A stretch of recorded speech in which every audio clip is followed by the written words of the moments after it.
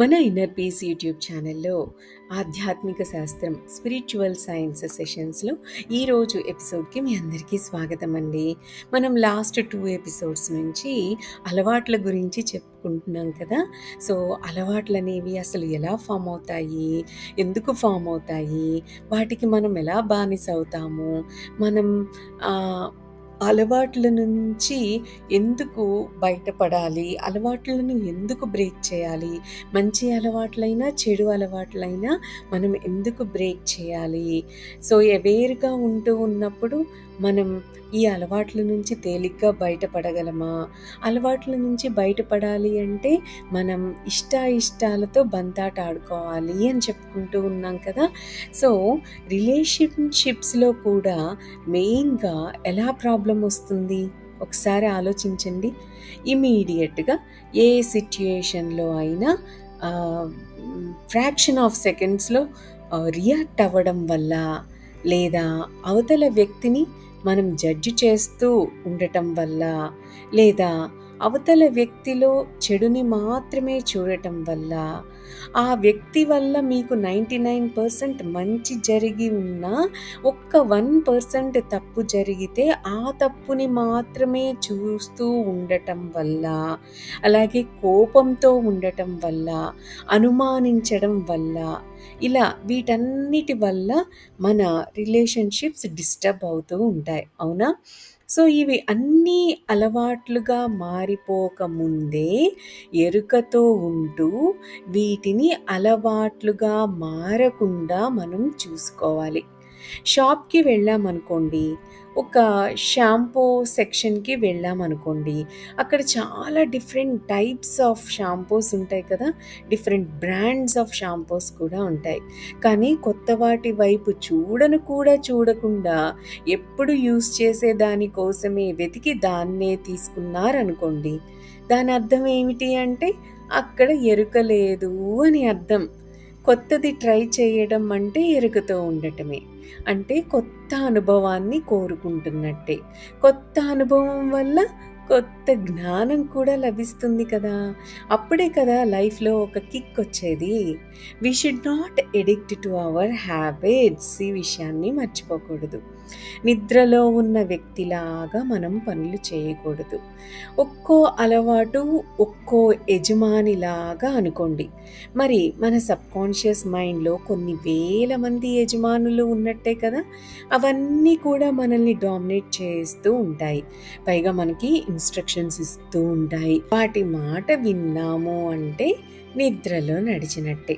వాటి మాట వినలేదు అంటే ఆఫీస్లో బాస్ మాట వినకపోతే ఎలా ప్రాబ్లమ్స్ వస్తాయో అలాగే ప్రాబ్లమ్స్ క్రియేట్ చేస్తాయి.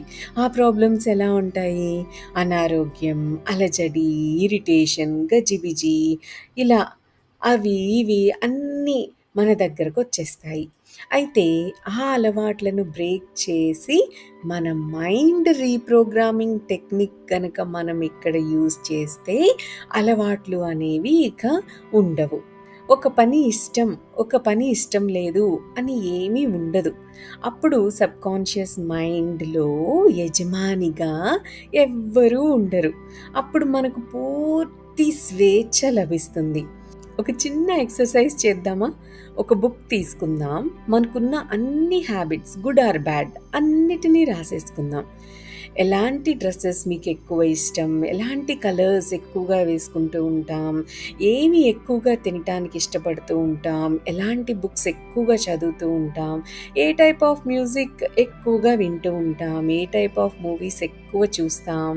ఇలా నార్మల్గా మనం ఇన్ టైంలో వర్క్ కంప్లీట్ చేయకపోవడం అనే అలవాటు ఉందా, లేదా చేసే అలవాటు ఉందా, లేదా వర్క్ని పోస్ట్పోన్ చేసే అలవాటు ఉందా, ఎదుటి వాళ్ళను జడ్జి చేసే అలవాటు ఉందా, ఏ సిచ్యుయేషన్లో అయినా సూపర్ ఫాస్ట్గా రియాక్ట్ అయ్యే అలవాటు ఉందా, ఎదుటి వాళ్ళ మాటలను పూర్తిగా వినకుండా ఉండే అలవాటు ఉందా, రోజుకి 2 సార్లు లేదా 3 సార్లు స్నానం చేసే అలవాటు ఉందా, లేదా వారానికి ఒక్కసారి తెల్లవారే స్నానం చేసే అలవాటుందా?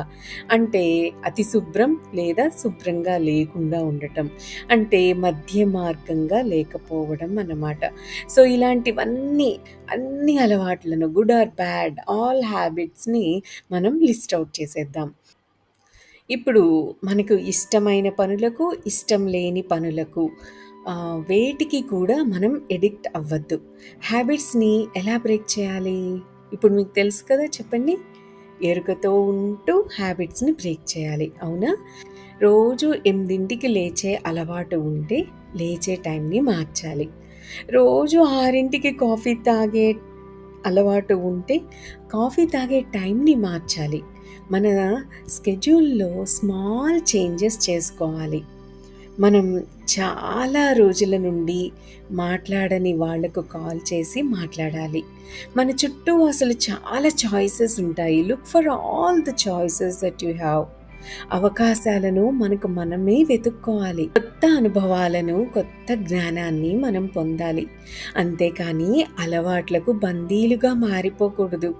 ఇష్టం, అయిష్టం అంటూ ఏమీ లేదు. అవన్నీ అలవాట్లు అంతే అన్న విషయాన్ని గుర్తుంచుకోవాలి.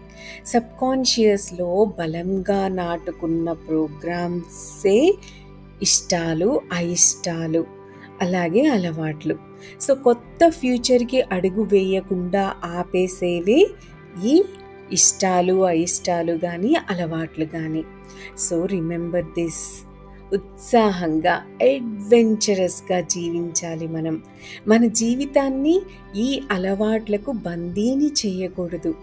ఇష్ట, అయిష్టాలతో బంతాట ఆడేద్దామా మరి? ఈ సెకండ్‌లోనే ఇది స్టార్ట్ అవ్వాలి. జీవితం ప్రతిక్షణం నూతనంగా, ఉత్సాహంగా ఉంటుంది.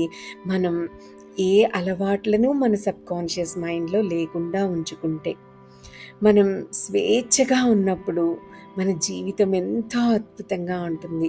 స్వేచ్ఛగా ఎప్పుడుంటాం? మన సబ్‌కాన్షియస్ మైండ్‌లో ఒక ఇష్టం కానీ, అయిష్టం గానీ, ఒక అలవాటు కానీ లేనప్పుడు.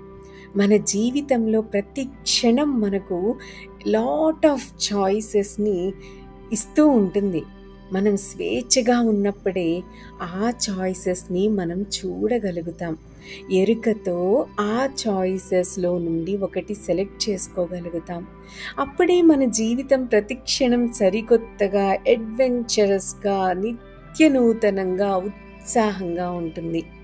ప్రతి దాన్ని స్వేచ్ఛగా ఎంపిక చేసుకునే స్వేచ్ఛ ఉండటమే ముక్తి, మోక్షం అంటే. మరి ఈ అలవాట్లకు బానిసగా ఉంటారా? ఈ అలవాట్ల నుంచి బయటపడతారా? గతానికి బందీ కాకుండా జీవితాన్ని సరికొత్తగా ప్రతిక్షణం అడ్వెంచరస్‌గా గడుపుతారా అన్నది మరి ఇప్పుడు మీ చేతిలోనే ఉంది కదా! తప్పకుండా హ్యాబిట్స్ నుంచి బయటికొస్తారని ఆశిస్తూ దట్స్ ఆల్ ఫర్ టుడే అండి. Have a great day. Thank you. Thank you. Thank you.